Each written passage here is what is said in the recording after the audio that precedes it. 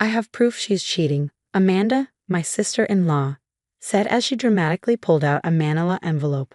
Everyone gathered around the dining table, gasping as she spread out photos on the shiny wooden surface. I sat quietly at the end of the table, sipping my water and watching. My name is Sophie Bennett.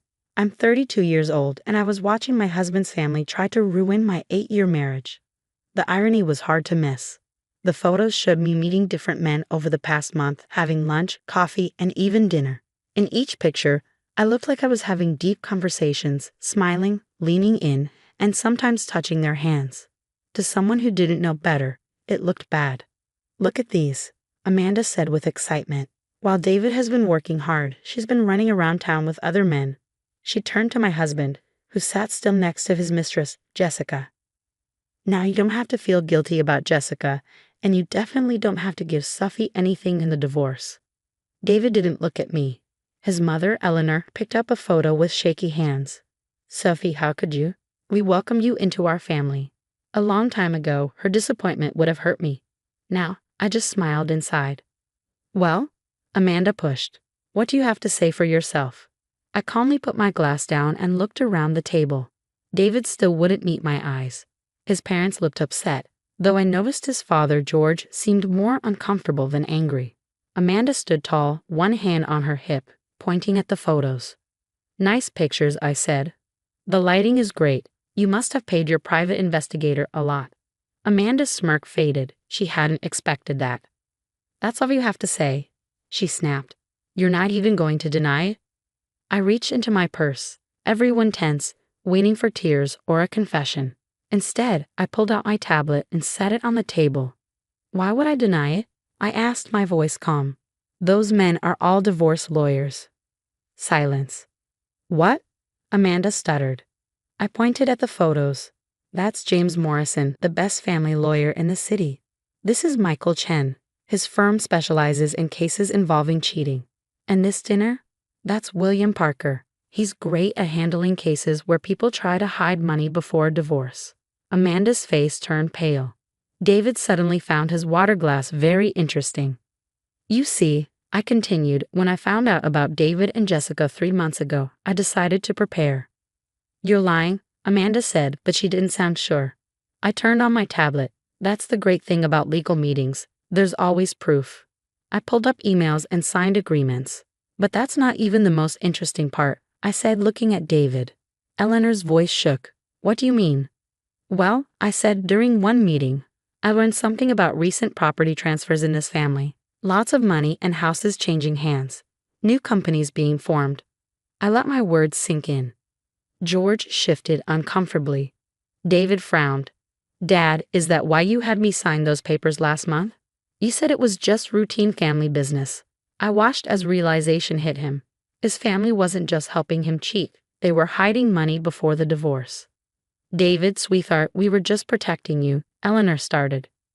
I cut her off. "Actually, you were committing fraud." I smiled. "And my lawyers have proof." Amanda sank into a chair, defeated. "You knew," she whispered. "You knew this whole time." I nodded and grabbed my things. "Next time you hire a private investigator, make sure they're not working for both sides." I stood up, fixing my dress. "Oh, and those lawyers. I officially hired the best one yesterday." I walked to the door, then turned back. "David, your lawyer will get the paperwork tomorrow. You might want to read it carefully, especially the part about fraud." And Amanda. I met her shocked eyes. "Thanks for the photos. They'll make great evidence." My heels clicked on the floor as I left. In my car, I finally allowed myself a small smile.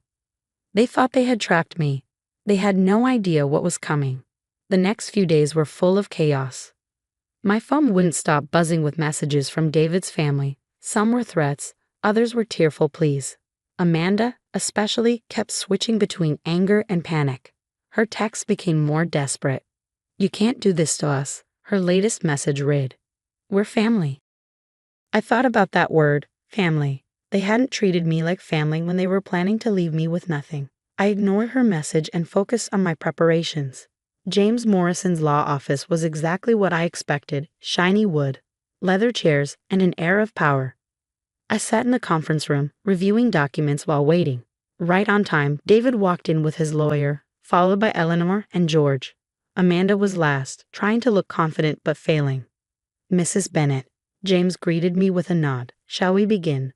I watched David's face as James laid out the evidence. He turned pale when we presented our timeline. Every shady property transfer, every new company, every attempt to hide money. Eleanor grabbed his arm when James mentioned possible criminal charges. This is nonsense, David's lawyer said. These were just normal family business decisions. Are they? I asked, sliding a stack of papers forward. Because these documents show my name was removed from family business assets 3 months ago, right when David started his affair. Quite a coincidence, don't you think? George shifted in his seat. He was always the weakest link, too worried about his social reputation to risk the scandal. Now, James continued, we're willing to be reasonable. Mrs. Bennet helped build this family's success. She only wants her fair share. Fair share? Amanda snapped. She's trying to ruin us. I turned to her, calm as ever. No, Amanda. I'm protecting what I helped create. Would you like me to play the recording of you and David discussing how to keep that gold digger from getting anything? Her face went white. David's head snapped up. You recorded us? No, I replied calmly. Your mistress did. Jessica was quite helpful once I showed her proof that you were planning to leave her too, once you'd secured your assets. The room erupted into chaos. Eleanor was crying, George was demanding to speak to his personal lawyer, and Amanda was screaming about betrayal. Through it all, I sat quietly, watching my husband realize just how thoroughly he'd been outplayed. Here's what's going to happen. James spoke over the noise, his voice commanding silence. We have documented evidence of attempted fraud. We can pursue this criminally, or we can reach a reasonable settlement today. Your choice. David's lawyer requested a moment with his client. As they huddled in the corner, I could see the fight leaving David's body. He'd always been arrogant, convinced of his own cleverness, but now he looked deflated. We'll agree to fair terms, his lawyer finally announced. Excellent, James smiled. Mrs. Bennet has already outlined her requirements. He distributed copies of the settlement proposal. I'd been thorough but not vindictive. I wanted what I'd helped build, nothing more. This is outrageous, Eleanor exclaimed, but George placed a restraining hand on her arm. Sign it, David, he said quietly. We can't risk this getting out. As David picked up the pen, Amanda made one last desperate attempt. Wait. Those photos. They were in public places. She was flaunting these meetings. I couldn't help but laugh softly. Of course they were public. I wanted you to see them.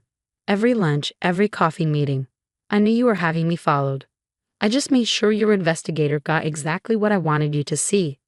The realization that they'd been played at their own game finally silenced them. One by one, the documents were signed. As James gathered the paperwork, I stood to leave. Sophie, David called out, his voice strange. When did you get so calculating? I paused at the door. I learned from the best, didn't I? Family taught me. The irony of my words wasn't lost on anyone in the room. As I walked out of the office, I felt lighter than I had in months. Sometimes the best revenge isn't just about winning. It's about showing them they underestimated you all along. Outside, the autumn air was crisp and clean. My phone buzzed with a message from Jessica. It's done. Thank you for showing me the truth about him. I smiled, remembering how easy it had been to turn David's mistress into my ally once I showed her proof of his pattern of betrayal. She'd been more than happy to share the recordings of his promises to her. His plans to discard her just like me once he'd secured his wealth. Sometimes the strongest alliances come from unexpected places. As I drove home, I thought about family, not the one that had betrayed me, but the one I would build for myself now, on my own terms. 6 months after the settlement, I sat on the balcony of my new apartment, sipping coffee and watching the city wake up. The morning sun cast long shadows across my recently furnished living room, highlighting the fresh start I'd made for myself. My phone buzzed with a text from Jessica. Of all people. We'd maintained an unlikely friendship after everything. You won't believe who I just saw at Riverside Cafe, Amanda. She actually tried to pretend she didn't see me. I smiled, remembering how thoroughly the family had unraveled after our meeting. The carefully constructed facade of the perfect family business had cracked under the weight of their own schemes. George had retired early, claiming health issues, but everyone knew it was to avoid the whispers at his precious country club. Eleanor had thrown herself into charity work, desperately trying to maintain their social standing. Amanda, perhaps, had faced the harshest reality check. Her role in the attempted fraud had cost her her position in the family company. Last I heard, she was working as a junior accountant at a small firm, a significant step down from her former executive title. My phone rang. It was James Morrison. "Sophie," he greeted warmly, "just wanted to let you know the last of the transfers are complete. Everything's officially settled." "Thank you, James, for everything." "You know," he said, his tone thoughtful, "in all my years practicing law, I've never seen someone handle betrayal with such strategic precision. Have you ever considered a career change?" I laughed, but his words stuck with me. In outmaneuvering David and his family, I discovered parts of myself I never knew existed: strength, cunning, and an ability to see 3 moves ahead. Later that afternoon, I met Laura, my closest friend, for lunch. She'd been my rock throughout everything, one of the few people who knew the whole story from the beginning. "Have you heard?" she asked, sliding into her seat. "David's been demoted. Apparently, some of his business decisions during the whole divorce drama didn't sit well with the board." I shook my head. I'm not surprised. He always did think he was smarter than everyone else. Speaking of smart, Laura leaned forward. "How's the new venture going?" After the settlement, I used part of my settlement to start a consulting firm, helping other women navigate complex divorces and financial disputes. It felt right, using my experience to help others protect themselves. "We're expanding," I said, unable to hide my pride. "Opened a second office last week." "Look at you," Laura grinned. "From being blindsided by your husband's betrayal to running your own empire. Who would have thought?" I thought about the woman I'd been a year ago, trusting, naive, willing to believe in family loyalty above all else. That woman was gone, replaced by someone stronger, wiser, but not bitter. If anything, I was grateful for the lessons learned. My phone buzzed again. Another text from Eleanor. "I miss you. The family isn't the same without you." I archived it without responding. Some bridges, once burned, shouldn't be rebuilt. That evening, as I reviewed applications for my firm's mentorship program, I reflected on how life had changed. The family that had tried to destroy me had inadvertently set me free. Their attempts to leave me with nothing had pushed me to become something more than I'd ever imagined. The doorbell rang. It was Jessica with a bottle of wine. Our monthly catch-up sessions had become a tradition of sorts. "To Karma." She raised her glass, settling onto my couch. "David's dating someone new, by the way. Poor girl has no idea what she's getting into." "Should we warn her?" I asked, half joking. Jessica laughed. "Something tells me she'll figure it out on her own. Besides, I hear she's quite clever with computers. Maybe she'll catch on faster than we did." We shared a knowing look. Sometimes the best revenge isn't about getting even. It's about moving forward while watching karma do its work. As the sun set over the city, casting an orange glow through my windows, I felt at peace. The family that had tried to write me off as naive had taught me the most valuable lesson of all. Never underestimate someone who has nothing left to lose. My new life wasn't built on revenge or bitterness. It was built on wisdom, strength, and the knowledge that sometimes the worst betrayals lead to the best beginnings. I raised my glass to the setting sun, silently thanking them for teaching me exactly who I could become. The story of how my husband's family tried to destroy me had become the catalyst for my greatest transformation. Sometimes the best revenge isn't about getting even, it's about getting better.